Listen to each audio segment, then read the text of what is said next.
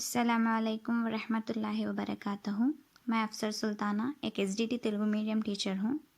मैंने टीआरटी 2017 में 75.2 मार्क्स पाकर एसडीटी जॉब हासिल किया है।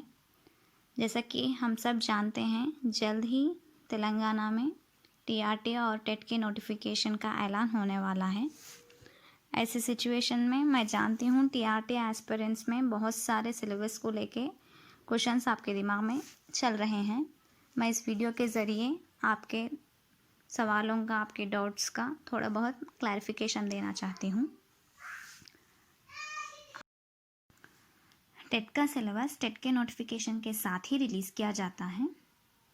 सिलेबस की कॉपी नोटिफिकेशन से निकाल लेना चाहिए। जैसे कि हम सब जानते हैं, टेट 150 मार्क्स के लिए कंडक्ट किया जाता है और टेट के सिलेबस में 5 सब्जेक्ट्स होते हैं। Each one subject 30 marks carry करता है और वो सब्जेक्ट्स हैं चाइल्ड डेवलपमेंट एंड पेडागोजी, इसे हम साइकोलॉजी भी कहते हैं।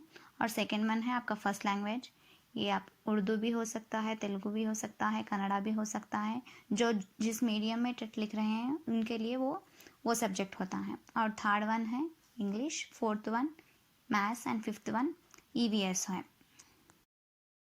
टेट प्रिपरेशन के लिए पूरे टेक्स्ट बुक्स के पूरे लेसन्स पढ़ने की ज़रूरत बिल्कुल भी नहीं है। जो कंटेंट नोटिफिकेशन के सिलेबस में दिया गया है वही कंटेंट को अपने टेक्स्ट बुक्स में ढूंढ कर पढ़िए, बस इतना ही काफ़ी है। पूरी A to Z text book पढ़ना एक टाइम वेस्ट है और पढ़ना ज़रूरी नहीं है। और थोड़े टॉपिक्स में कैसा होता है कि नोटिफिकेशन में के सिलेबस में दिए हुए टॉपिक्स अपने टेक्स्ट बुक्स में नहीं होते हैं, फिर भी हमें वो टॉपिक्स को दूसरे मटेरियल और दूसरे पब्लिशर, दूसरे टेक्स्ट बुक्स में से ढूंढकर पढ़ना होगा। अब मैं फर्स्ट सब्जेक्ट साइकोलॉजी में क्या पढ़ना चाहिए, कितना पढ़ना चाहिए और नोटिफिकेशन में दिया गया कंटेंट हमें कहाँ कहाँ से मिलेगा ये बताऊंगी। साइकोलॉजी में दिया गया कंटेंट हमें डीएड के फर्स्ट ईयर के ओल्ड और new text book, psychology text book से मिल जाएगा और थोड़े बहुत टॉपिक्स बीएड के साइकोलॉजी के टेक्स्ट बुक से भी हम लोगों को मिल जाएंगे।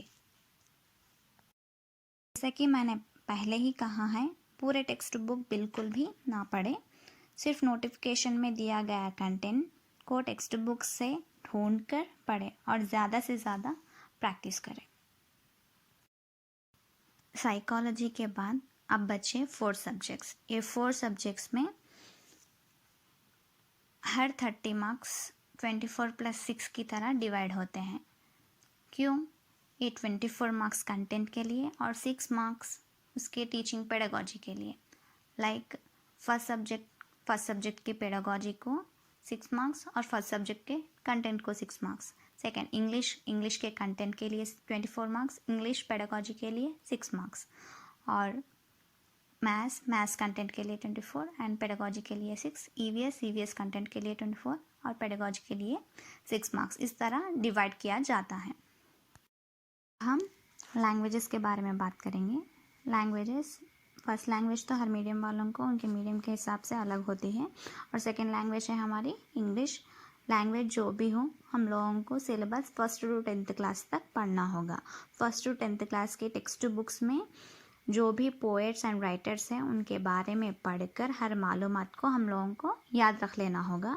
और सिलेबस में दी गए थोड़ा कंटेंट अगर टेक्स्ट बुक्स में नहीं मिल रहा है तो दूसरे लिटरेचर बुक्स से मालूमात कर पढ़ना चाहिए।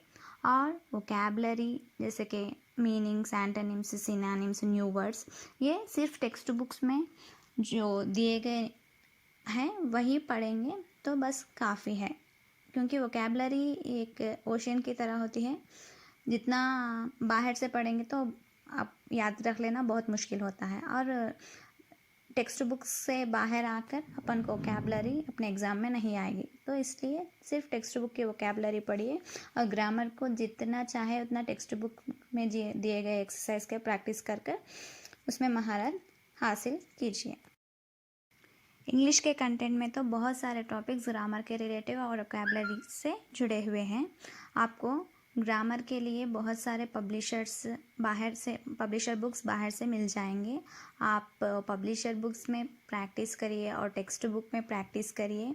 Parts of speech, articles, preposition, degrees of comparison, tenses, conjunctions, corrections of sentences, comprehension, ये सब बहुत ज़्यादा प्रैक्टिस करने पर ही आपको इस पर ये लैंग्वेज पर ग्रिप आएगा। और वोकैबलरी के लिए तो आपको टेक्स्ट बुक ही काफ़ी है। टेक्स्ट बुक में जो भी वोकैबलरी दी गई है बस वही पढ़ लीजिए, आप लोगों को वही काफ़ी है। अब अगर अपन लैंग्वेज पेडागॉजी के बारे में बात करेंगे तो आप लोगों को ओल्ड एंड न्यू D.Ed के सेकेंड ईयर में जो टेक्स्ट बुक है वो टेक्स्ट बुक में सिलेबस में दिया गया है कंटेंट, जहाँ जहाँ भी है वहाँ पर ढूंढ के पढ़ लीजिए। बस 6 मार्क्स के लिए वही काफ़ी होगा। अब अगर मैथ्स के कंटेंट के बारे में बात किया जाए तो मैथ्स के कंटेंट में number system, arithmetics, algebra, geometry, statistics, fractions and measurements के जैसे टॉपिक्स हैं। मैथ्स के लिए आपको 1st to 8th क्लास के टेक्स्ट बुक्स में ये टॉपिक्स जहाँ भी है वहाँ से ढूंढकर आप पढ़ें और टेक्स्ट बुक्स में दिए गए एग्जाम्पल्स, एक्सरसाइजेस को बहुत ज़्यादा प्रैक्टिस करें। और इसका डिफ़िकल्ट लेवल 9th 10th में भी आपको मिल रहा है तो वो टॉपिक्स 9th 10th के टेक्स्ट बुक्स में भी जाके आपको पढ़ना होगा। अच्छे मार्क्स आने के लिए आपको 9th 10th के टेक्स्ट बुक्स में भी प्रैक्टिस करना बेहतर है। और मैथ्स पेडागॉजी के लिए D.Ed सेकेंड ईयर के new and old text books पढ़ेंगे तो काफ़ी है। EVS के लिए आप लोगों को 3rd to 5th क्लास की EVS text book, 6th and 7th class की जनरल साइंस, 8th की बायोलॉजी एंड फिज़िक्स और 6th to 10th क्लास की सोशल स्टडीज़ टेक्स्ट बुक्स में आपके नोटिफिकेशन में दिए गए टॉपिक्स को ये टेक्स्ट बुक्स में ढूंढकर पढ़ना चाहिए। EVS एक बहुत ज़्यादा स्कोरिंग सब्जेक्ट है, इसमें आप आसानी से अच्छे मार्क्स हासिल कर सकते हैं। और EVS पेडागॉजी के लिए आपको साइंस एंड सोशल के old and new text books पढ़ना होगा। और मैं एक बात कहना चाहती हूँ, मैथ्स एंड साइंस सोशल के जो पेडागॉजी हैं इसको हम ट्राई मेथड्स बोलते हैं। ये ट्राई मेथड्स का आप मैक्सिमम सब टॉपिक्स रिलेटिव ही रहते हैं। ट्राई मेथड्स आप लिंक अप करके पढ़ेंगे तो आपको बहुत ज़्यादा आसानी होगी। जैसे कि एवैल्यूएशन मेथड, टीचिंग मेथड्स, ये 3 में भी मैक्सिमम सेम होते हैं, थोड़ा थोड़ा डिफरेंसेस होते हैं, मगर आप मिलके पढ़ेंगे तो आपको आसानी से याद हो जाएगा। अब तक मैंने आपको टेट के सिलेबस के बारे में बताया है। टेट और TRT में मैक्सिमम सिलेबस सेम ही होता है, मगर डिफ़िकल्टी लेवल टेट से TRT में ज़्यादा होती है। और एक बिग डिफरेंस क्या है बोले तो टेट में साइकोलॉजी एक सब्जेक्ट है, मगर TRT में साइकोलॉजी के प्लेस में ही पर्सपेक्टिव ऑफ एजुकेशन एक सब्जेक्ट होता है और GK एंड करेंट अफेयर्स होते हैं। बस इतना ही, यही डिफरेंस है। और डिफ़िकल्टी लेवल टेट से भी ज़्यादा TRT में होता है।